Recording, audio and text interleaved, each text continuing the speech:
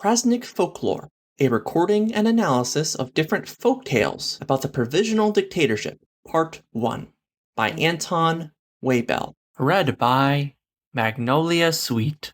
Preface. Krasnoi is made up of many different ethno-cultural groups. Each group has its own history, architecture, customs, and folklore.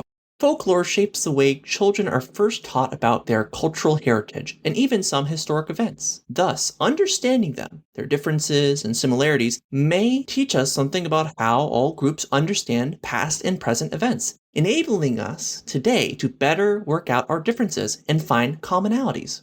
Folktales also open a window into times long gone, allowing us to get a glimpse of the social and economic structures of the time in question.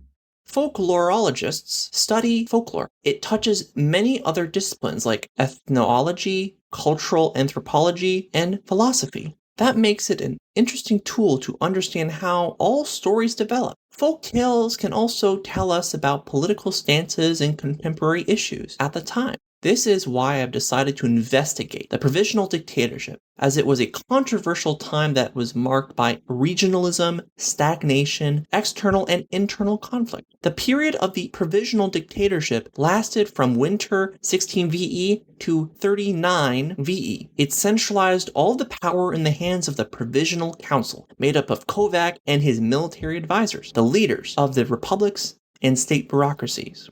During the time of the Provisional Dictatorship, many controversies and crises took place that left a mark on the nation, and of course, also left their mark in the nation's various folktales. My aim with this series of papers is to record and analyze one folktale at a time. The first paper will contain my methodology. Later parts may include more than one folktale, depending on their length.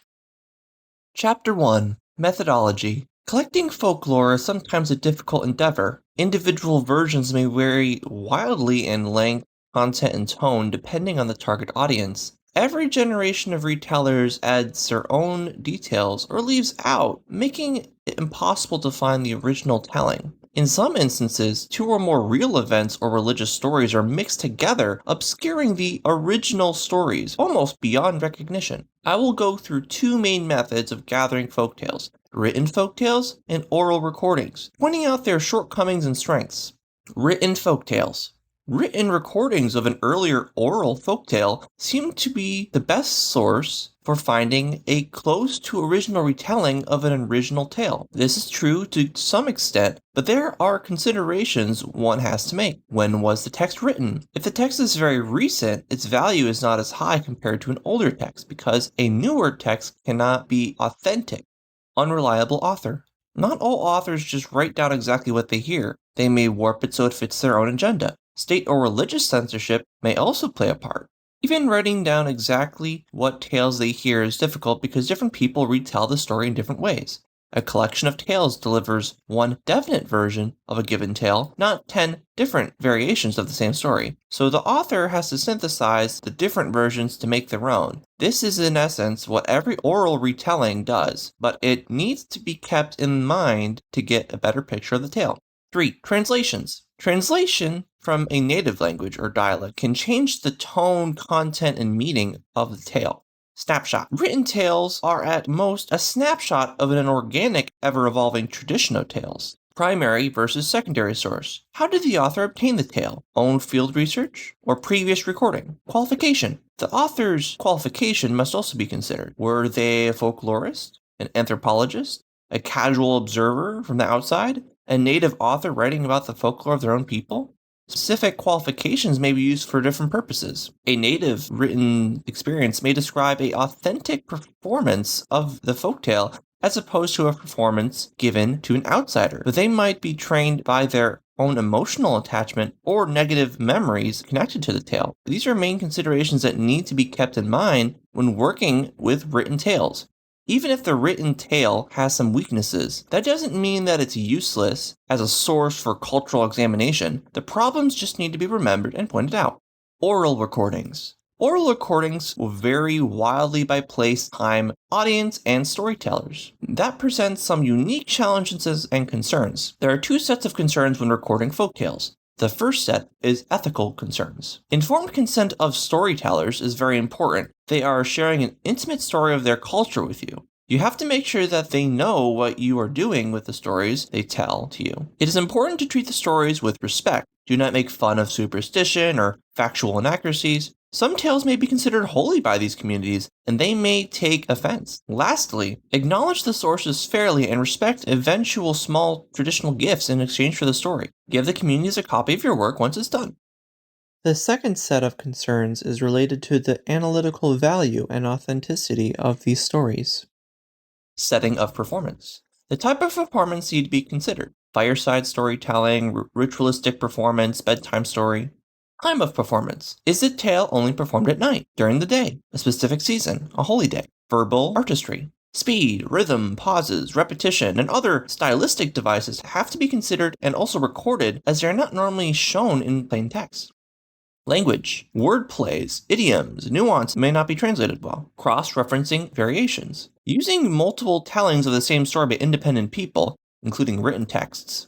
Telling style. Is the retelling strictly adhering to tradition, or is the storyteller performing a more innovative retelling? Traditional retellings do not guarantee a higher authenticity, as traditions are also subject to change and variation.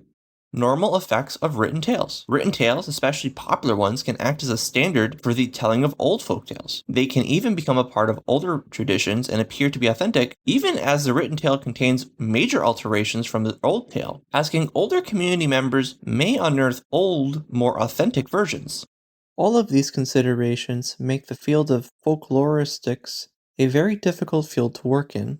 In following papers I have both drawn on written tales and oral recordings, and always note what my sources is. I'm going to explain the known historical facts to give context to the tales. I will mention major differences in local versions, but I will not mention the smaller differences as I do not want to make this too convoluted. I aim to analyze their origin, find earlier stories that may have influenced them, and draw conclusions on the political climate at the time. Chapter 2. The Trial of Hansington. Hansington was the leader of the Republic of Halcyon in the east of Krasnoi. He was a proponent of an ideology called social corporatism that was very controversial among Halcyon citizens and often outright rejected by the rest of the country. It argued for the organization of productive sectors into corporations in charge of the government. This led to a strong rejection from all socialists of Krasnoi, but it also had followers mostly from Blumenberg. Hansington was accused by the provisional government of conducting legal diplomacy with Bardonia to negotiate a land sale. In the first constitution, diplomacy was exclusively in the hands of the central government and banned for all republics. The case was led by the state prosecutor, Alsum. Hansington chose to defend himself without a lawyer. The exact date of the trial was lost to time, but it was very clear from multiple sources that it was held in the meeting hall of Urku. Hansington's defense was that since the Provisional Dictatorship had suspended the constitution, it no longer applied. Alsum, however, argued that restricting diplomacy to the central government was a policy that the Provisional Dictatorship had continued, but because no written declaration from the Provisional Government was found suggesting such, the judges ruled in favor of Hansington, clearing him of all charges. After the trial, Hansington tried to convince more people of corporatism, but ultimately failed when the second constitution was ratified, frustrating all hopes of a corporatist national government. Demoralized, he left Krasnoi, never to be seen again. In this paper, I will only analyze one tale from Navir. My next paper will include tales from other regions. This tale is most often told to children while sitting around a campfire to warn them not to run off into the woods alone. A warning that doesn't make much sense to today's children, as most of the forest has been cut down by the Nervese and Vermilions in the decades that passed, but it is nevertheless told as it still enjoys popularity among the children of Navir and all over Krasnoi. The Wizard, the Snake, the Seagull, and the Heroine. Beware of the dark forest to the east, for it holds a darkness that is too gruesome to describe. A long, long time ago, in the dark times of the dictatorship, a dark wizard had risen in the far east of Krasnoi. He called himself Hansington. He kept to himself, but in time had used his mind control magic to control most of Blumenberg's population. They followed all of his wishes with no mind of their own, but Blumenberg wasn't enough for him. He needed more and more power, and he looked westwards, past Navir to Bardonia, where a cruel wizard king ruled that drew his power from the blood of innocent children. Hansington wanted more land to control, and the Bardonians' knowledge of blood magic, so he struck a deal so horrid it pains me to repeat. Bardonian land and knowledge for the Hansington's help in luring innocent children from Navir to satisfy the wizard king's thirst for their blood. Hansington built a secret laboratory in the eastern woods. He began stealing the children that wandered into the forest at night, but also lured some with the promise of candy and with his mind tricks. What he did with them remains a mystery, but only 6 out of the 50 children returned. The people of Navir were scared and cried for their children, but they couldn't explain what happened to them, so they prayed for them to come back, but their prayers were not answered. Zulura, the snake of Urku Mountains, saw and heard what was happening, but she could not leave the mountains. She called out for her husband, Kerthas, the seagull of the ocean, to help save their children from Hansington, but he didn't answer. The snake knew the mighty Kerthas had been captured by Hansington. Stricken by sadness, the snake's cries echoed through the Urku Mountains. But one day, Alsum, a brave woman from Alsagrad, was awoken by the snake's cries and went up to investigate. After a dangerous climb to the cave in which the snakes cried, Alsum asked her why she was crying. She answered, "Hansington captures my children and drains their blood, and I can only watch. Hansington has captured Kerthas, so I can only sit here and cry." The snake rolled herself up again and her cry started to echo through the mountains again. But Alsum stopped her. "But I can help you. I can go where you cannot. I'm not bound to the mountains like you are. I can go free Kerthas. Sadly, I do not think you can stand a chance against Hansington. He has powerful magic." "Unless," the snake answered, thinking about possible ways to help her children. "Unless what? I will do anything to help you," Alsum replied. Hesitantly, the snake said, "I can give you my skin. You can make armor with it that can withstand Hansington's magic. Somewhat at least. But I don't think you could stand the pain that it will cause. Even if I can't, at least let me try," Alsum demanded. The snake agreed, and she shed her skin and instructed Alsum on how to make the armor. After days of careful work and the snake's magic armor was done, Zulura turned to Alsum and explained, "You can now withstand Hansington's magic for now, but you cannot fight him. You'll need Kerthas's help. He can give you a weapon to strike him down with. His Sword of the Ocean. Hansington keeps him locked away in the great monument in the sea. It is guarded by spiked fish corrupted by his dark magic. You'll need help. A small army even." "But where should I get an army?" Alsum asked hopelessly. "Your armor will be your badge, identifying you as doing my bidding. Go to Navir. Many will follow your call," the snake answered optimistically. They bid each other farewell, and Alsum climbed down the mountain first to the plains, and then to the coast where Navir lies. Then Alsum rode into Navir, her snakeskin armor drawing a lot of attention from the Nervese, and they had followed her after she had explained to them where their children were being held captive. The fishermen volunteered to bring them out to the mountains. The blacksmith and enchanters worked for 3 days and 3 nights to make armor for the war party, and the brewers gave them potions to breathe underwater. After the preparations, they boarded the fishermen's ships and searched for the monument. It was not easy to find, but after 3 weeks they had found the monument. The barbed fish glanced at them with their single dark eyes. Many brave soldiers died fighting these monsters so Alsum could get inside and untie the seagull Kerthas. "Alsum, I see you wear the skin of Zulura, my wife. I knew she would find a way to set me free. She always finds one. But now we must hurry. Our children are still getting drained by Hansington. Go back to Navir and wait for me there. I will meet you there as soon as I can to bring down Hansington once and for all," he commanded. Alsum and the remaining forces traveled back to Navir, this time only taking 5 days because they had the seagull's wind at their backs. 2 days after their arrival in Navir, Kerthas came flying.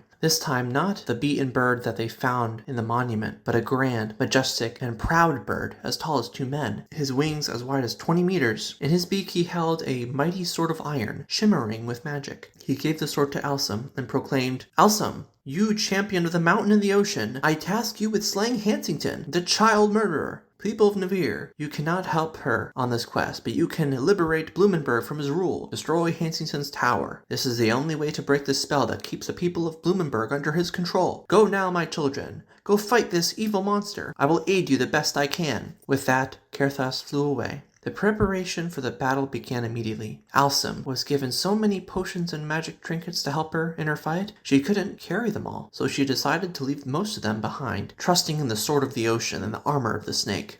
The morning was a rainy one. She started her journey on horseback first, but she left her horse behind when the forest became too dense. The forest was dark, and it took her the entire day to get to Hansington's cabin. Even with the help of the Sword of the Ocean to guide the way, the cabin looked innocent from the outside, but as Alsum peeked through one of the windows, she saw cauldrons brewing with blood and gray smoke coming from some of them. She could see Hansington reading a book and saying his dark incantations. She gathered all of her courage and broke open the door facing Hansington directly. He seemed surprised.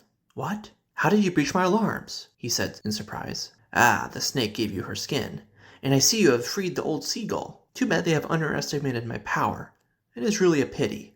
I won't have a problem killing you, he added. You will die, murderer! Alsum screamed as she charged Hansington with her sword. Her first blow, Hansington easily deflected, with a murmured word and a dismissive hand gesture. Alsum was confused and scared. She didn't expect that the sword of the ocean could be so easily deflected. He laughed. What? You didn't believe just because you have a fancy sword you can just cut through me like butter? Grow up! He called for someone from the basement. Titus, deal with her. I need to finish this cauldron. I don't have time for another setback. A man in dark, spiked armor walked slowly up the stairs from the basement, a black, shimmering sword at his ready.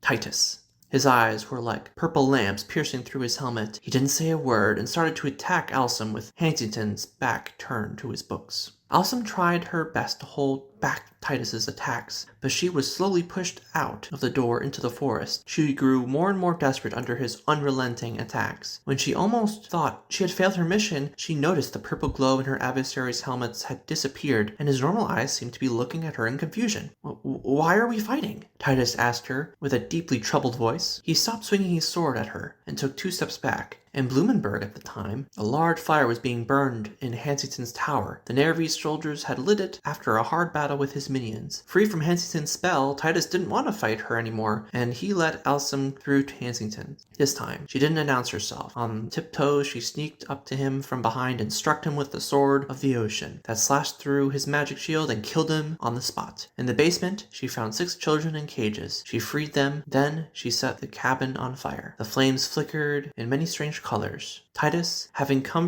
to his senses, decided to come with them to Nivir. They arrived the next day and were greeted warmly. No matter how good, smart, or strong you are, never think that you will never need help. Even the best of us still need help sometimes. The end. Analysis. The most prominent theme of this tale is how intensely evil Hansington is portrayed.